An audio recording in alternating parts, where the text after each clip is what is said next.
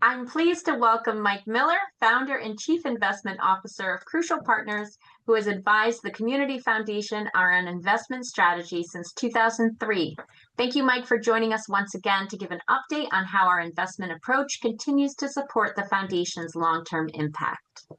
Oh, you're very welcome, Mary. It's so good to see you and be with you today and to provide this update to your fund holders. So the slide we have thrown up on the screen to get started are the performance figures through June of 2025. Clearly, we're living in very interesting times, and we'll come back to that in a moment. But what we want to obviously talk about first is the returns, and the returns remain very strong and as Mary indicated, supportive of the foundation's mission and impact. And I think that's in yours as well. So really, really significant. So the top line are the Community Foundation's returns, net of investment management fees. We've then added a simple 65-35 benchmark, which reflects the risk profile of the portfolio. So really important way to think about how the returns stack up. And on a related point, very simple thing to buy yourself. You can just buy two index funds and recreate that as opposed to the more complex nature of the foundation strategy. And what we expect in exchange for the complexity are premium returns, which you can see here. But we also expect to generate those returns with less volatility, less disruption to your philanthropic efforts over intermediate periods of time, because the long term is important, but so is the short term sometimes. So we have to think about both when we put together a strategy like this.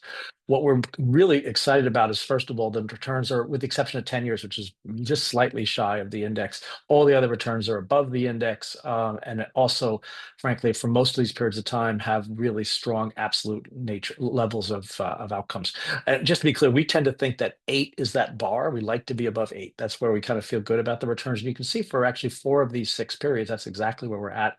And most impressively, the 1991 statistics, not only were we almost at 9% per year, but that return is vastly ahead of a 65-35 blend. And it's also ahead of our critical objective, which is CPI plus 5%. And when you look at the next slide, you can see that one of the challenges of the slide I just showed you is it makes all those time periods look equally important. And the reality is they're not. The longer term periods are more important. And while we don't have to make explicit trade-offs like this, but when we have to make a choice between better long-term outcomes versus better short-term outcomes, when there is a choice, and sometimes there is, we always choose the long-term outcomes. And this graph here shows you why, which is when you compound capital at a higher rate of return for a longer period of time, it doesn't look nearly as kind of boring as the last slide made it look. It looks like a very big deal. So that foundation return I just showed you from 1991 translates to 1,735% gains over this period of time. Whereas the 65-35 blend, which looked fine on the other slide, wasn't that much lower, but look at it here. It's 1,074%. So a massive chasm between the foundation's returns and what this simple index fund generated.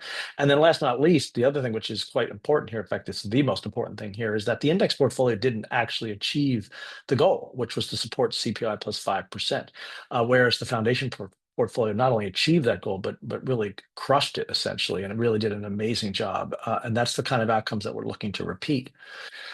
But while we're doing that, we have to do it with a sensitivity, which has always been the case, to the risks we're taking, to staying diversified, and to essentially preserving long-term impact and not having disruptive short-term events. So the way we tried to illustrate this, so this gets into the concept of risk. And risk is a word that everyone obviously understands the word, but in investing, it can mean so many different things, and it doesn't necessarily always align with the foundation's mission, is all those definitions.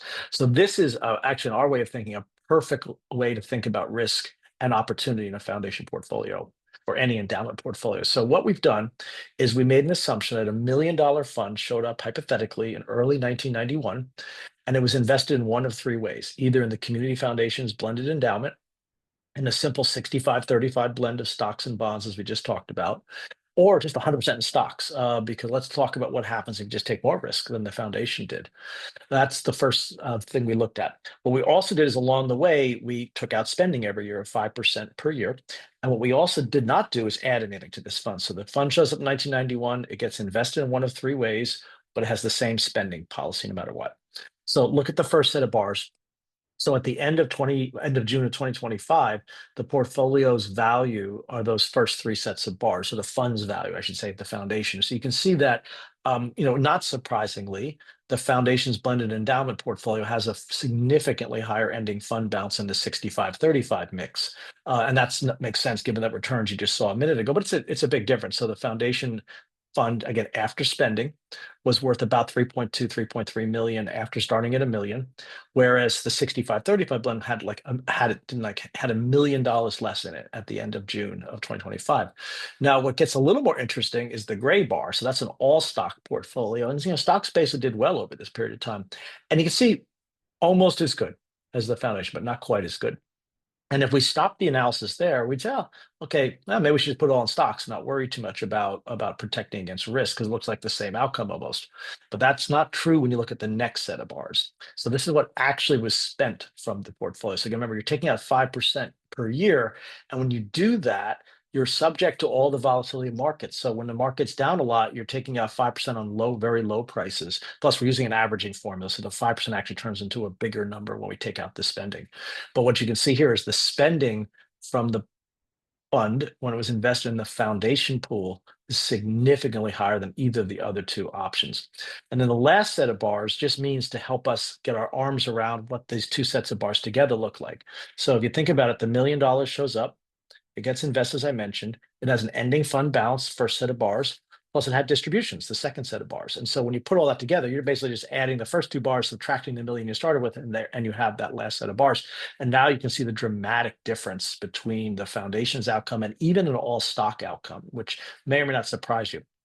And the problem, though, for the all stock outcome is not only is it clearly inferior here, it's also inferior in a different way, which is here. So what we've done now is we've taken that middle set of bars and just showed you the pattern over time about what the spending actually looks like. So the blue line, again, is the foundation returns. The gray line is that all stock portfolio, and the orangish red line is the 65-35 index fund we've been talking about. So again, no big surprise. The blue line is ahead of the gray and the red bars. You would expect that because you just saw that. But look at the pattern. The foundation has this generally upward sloping pattern, and I don't need to tell anyone watching this that the needs for for great philanthropy and great impact do not shrink over time. They tend to grow, and therefore we need to have a fund that can continue to generate more and more spending over time. And you do that by earning high returns and doing it with less volatility than the markets have. If you look at the gray line, it's really interesting because that was the best competitor from a at least ending fund balance perspective. But look at how volatile it is. For example, if you look in the middle of the page, which was kind of a third of the way over from the left, that was one of the last that was one of the many bear markets we've seen over time. So you can see spending peaked at about $90,000 a year in 2002. It didn't get back to those levels again until nearly 20 years later. And again, I think we can all agree that is an absolute philanthropic disaster. You can't have that. So the volatility of these markets matters. The orangish red line shows you that also low returns matter too. Even that line's not as volatile. It also doesn't grow the way the foundation line grows. So this is really, this part of the analysis, which is this very long-term, very static looking thing, is perhaps the most important driving factor behind the strategy that we use in the portfolio. So we've just gotten a test of what this is all going to feel like and look like, perhaps for a while. So this is just a graph to think about the current environment, probably the best way to think about what's changed. So a lot of things are changing, of course, in the United States, and with regard to the United States' relationship with the rest of the world, with the current administration. So tariffs, of course, get a lot of attention. The only thing that people are concerned about, but they're one thing that are really, really different in this right now. So what this graph is showing you is the average U.S. tariff import rate back to 1891. And so you can see, for example, that tariffs used to actually be a very, very important part of economic policy in the early beginning of the prior century. But you can see the way that line, if you look around 1933, the way it rises very quickly. So those were the Smoot-Hawley tariffs, which were actually later blamed for causing the Great Depression. Let's hope the tariffs we have today don't do that. And then what we had is we had this very long period post-World War II of essentially the expansion of free trade. And that's why you see tariffs dropping all the way down to about last time the Trump administration was in power. Now, let's be clear, free trade has not led to equitable outcomes for everybody. So it's not necessarily that free trade is by itself so great, but the tariffs have been a significant change to what we're thinking about, what we're looking at as investors. So when you look at those red X's you see there, I would only focus on the one in blue. which is the projected tariff rate. So this is essentially very recent data. So after all of the letters and the deals and the announced deals and whatever else is, it's kind of hard to follow what's going on. But reality is that tariffs are going to be about 13.5%. And that 13.5% is pretty similar to what it was around in the middle of the decline, around World War II. So it's very interesting. And all this is meant to do is say to you, this is a big deal. It's generating a lot of money for the US government, by the way, right now. Who's going to pay it is something that, depending on your political situation, you might have different opinions on that, but somebody's going to pay it. And we'll see how that works out over time. And I'm not going to make a prediction there, but it's a major game changer for the way investing works, the way capital markets work, and the way the world works. So we got this test of it, which is really interesting. So the tariffs, the Liberation Day, I think they were called, tariffs were announced around April 1st, April 2nd. And so you can see here the S&P 500, the Russell 1000 Growth Index, which is basically very large US growth stocks, and the Magnificent Seven, which is Apple, Amazon, Alphabet, Meta, et cetera, the darlings of the Russell 1000 Growth. And look what happened to their returns after these announcements. It was really bad. Now they have come back since then, which is great, but we can also see what the foundation pool did, which is only lose 4%, while these indexes were down 13 to 24%. And this is back to why we talked about the impact, talked about controlling risk. And the way that the foundation portfolio did this was really simple, which was to essentially, first of all, own some bonds, which is great, but so did the 65-35, even though we're not showing that here. But we also did is we own non-US stocks, which were very, very strong outperformers once the tariffs were announced and continue to be that way till today. And finally, we have some hedge fund strategies in this portfolio, as many of you may recall, and those held up extremely well in this tariff scenario. So again, this is the kind of thing that really puts an exclamation point on how we think about risk. And I would be the first to admit, this level of protecting capital isn't what we expected. This is vastly exceeds our expectations. We're happy to have it. And we're also happy because I think what it hopefully gives all of us, you confidence in, is the idea that the portfolio has a really nice balance and diversification that is very suitable to the climate we're in right now. And so that's going to be worth watching. So the game plan is the same. There are always headwinds. Feels like there's more today than normal, but I think we always feel that way to some degree, so we won't go too far with that. But properly diversified, long-term oriented portfolios are key. Embracing the critical role of valuation. Again, one of the things I just kind of blithely mentioned a minute ago is that we have a lot of non-US stocks which protected us. If you went back to just post the US election last year, the idea of owning non-US stocks is extremely unpopular. Like, why would you own them? They have underperformed forever, is what people would say, which is not exactly right. But the fact that the foundation has this very disciplined way of thinking about its investing, and that has paid off extremely handsomely in 2025 so far.